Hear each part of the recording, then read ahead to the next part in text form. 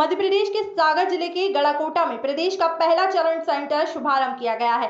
Corona virus के बदलते system और तीसरे चरण की लहर आने पर छोटे बच्चों को सबसे ज्यादा प्रभावित करने की आशंकाओं और डॉक्टरों की सलाह सुझाव के बीच लोक निर्माण विभाग के मंत्री ने पहले अपने विधानसभा क्षेत्र की रहली गड़ाकोटा में प्रदेश का पहला चिल्ड्रन कोविड सेंटर तैयार किया है। ज्यादा जानकारी के लिए सीधे जुड़ते हैं हमारे संवाददाता SN पटेल के साथ।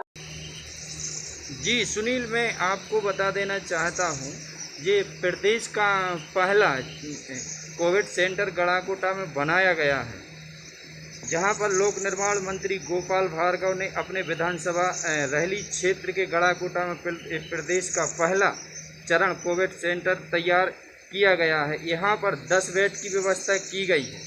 लोक निर्माण मंत्री के पुत्र अभिषेक भार्गव के द्वारा लोगों के लिए जो कोविड में भर्ती हैं उनके लिए सारी सुविधाएं दवाइयों से लेकर मुहैया कराई जा रही हैं। और मैं आपको बता देना चाहता हूं, जो अभी तीसरी लहर आई है बच्चों में देखने को मिल रही है, तो वो काफ़ी गंभीर बीमारी है और इससे काफ़ी बच्चे भी यहाँ संक्रमित हो गए हैं। जिन लोगों के लिए कोरोना हुआ है अधिकांश उनके लिए अधिकांश में ज़्यादा बीमारी देखने को मिल रही है।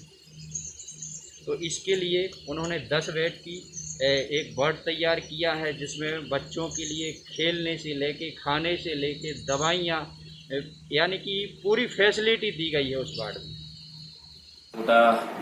कोविड केयर सेंटर में आज से हम लोगों ने विशेष रूप से बच्चों के लिए एक वार्ड की शुरुआत की है, जिसमें 10 पलंग ऑक्सीजन युक्त हम लोगों ने बनाए हैं और विशेष ऑक्सीजन कंसंट्रेटर वहां पर हम लेके आए हैं। और एक बच्चों का ICU होता है जिसको NICU कहते हैं, उसकी तमाम व्यवस्थाएं हम लोगों ने वहां पर की हैं।